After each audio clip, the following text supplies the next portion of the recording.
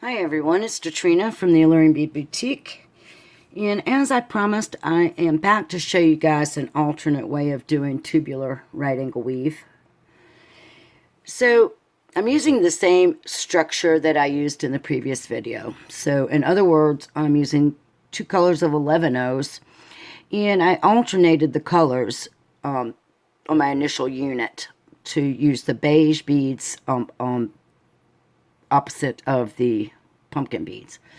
So the first thing that you're going to want to do is you need to determine the full length of tubular beadwork that you need. And you're going to start out with a strip, just like we did in the previous video, in that length. So in this instance, I'm going to do mine four units long. And the next thing you're going to do is you're going to come around to the side and you're going to start building the width this way.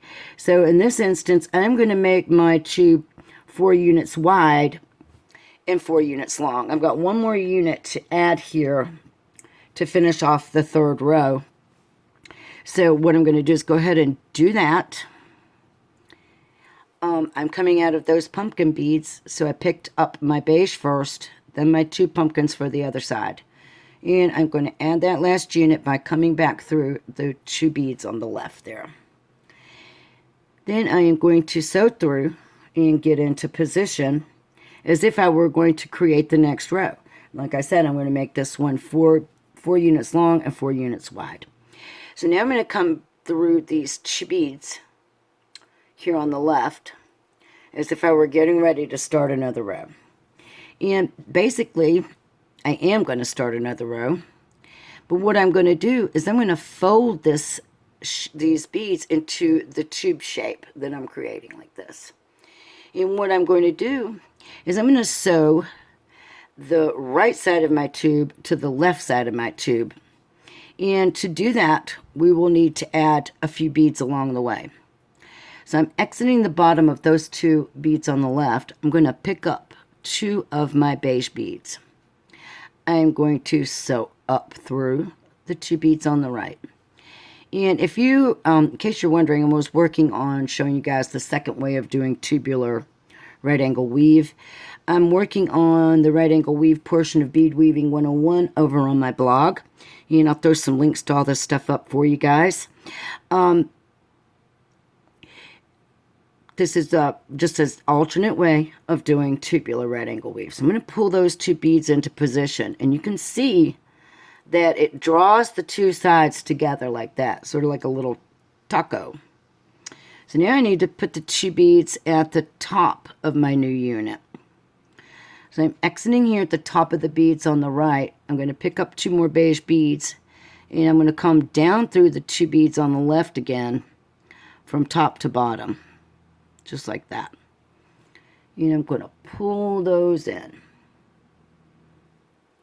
And now I have my first little connecting unit there. So I'm going to reinforce this. I'm going to go through all of those beads again. And follow my same thread path that I took the first time around. Which will be go through the 2 beads I added at the bottom. Come up the beads on the right side. Go through the 2 beads I added at the top. And come down through these 2 beads on the left side, which is where I started from. So I'm right back around to where I started from. So now I want to create a unit here, the next one down towards myself. So the first thing I need to do is get into position. So this time I'm going to come through those 2 beads I added at the bottom. I am going to move down into the next 2 beads on the right side of my tube.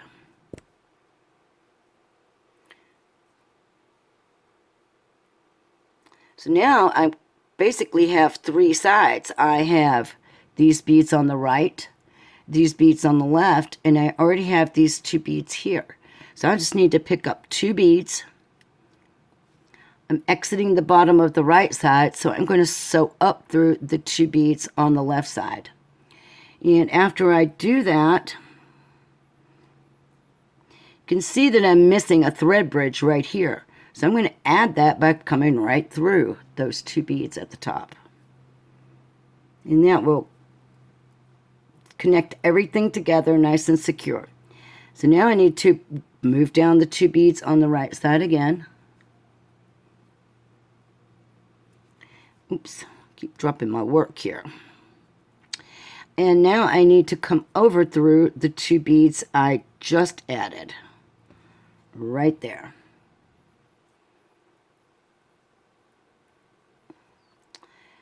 And what I want to do is I want to connect these beads a little bit more. So I'm going to sew through that unit one more time.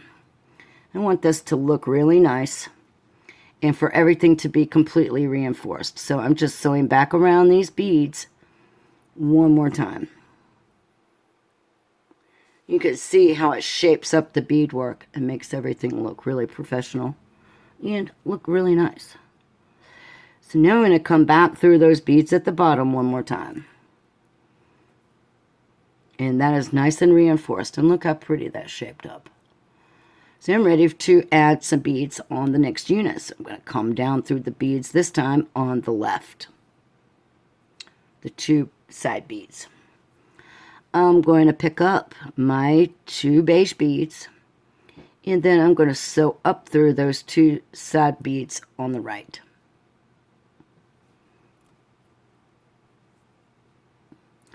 My tail thread is kind of getting in my way here. Let me get the tail thread out of the way. There we go. Alright, so I'm going to pull those 2 beads in. Then I am going to simply reinforce all of that. Let me flip this around. Make sure you're still working on the side that has the open end. And just reinforce. Come through the 2 beige beads at the top. The 2 left side beads. You can see this is a little less fidgety doing it this way as opposed to the previous video. I'm going to come through the 2 beige beads here again at the bottom that I just added. And now I can sew down into the 2 beads on the right. We're going to wrap this up. So now I've got all my units created except for this last one. So I just need to pick up my last 2 beads. I'm exiting the bottom of the right side bead, so I will sew up through the 2 on the left. Just like that.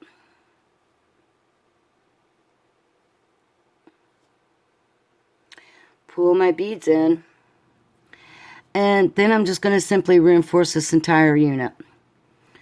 I'll sew through all those beads following the same thread path. And going through the beads on each side of the unit separately. Because it just makes for some nicer looking beadwork. And once you come all the way back around, you would pass up through these last 2 beads, these 2 beads on the left one more time to fully reinforce that unit. And get into position, you would just come right back down to the bottom, which kind of looks like the top right now because I flipped it.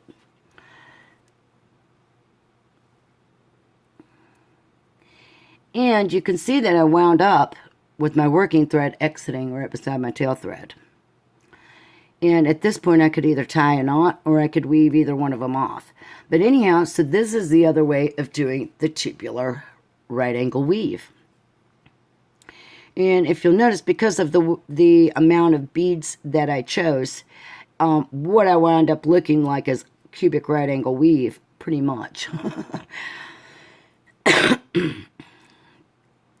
But that is it. That is just the other way you can do tubular right angle weave.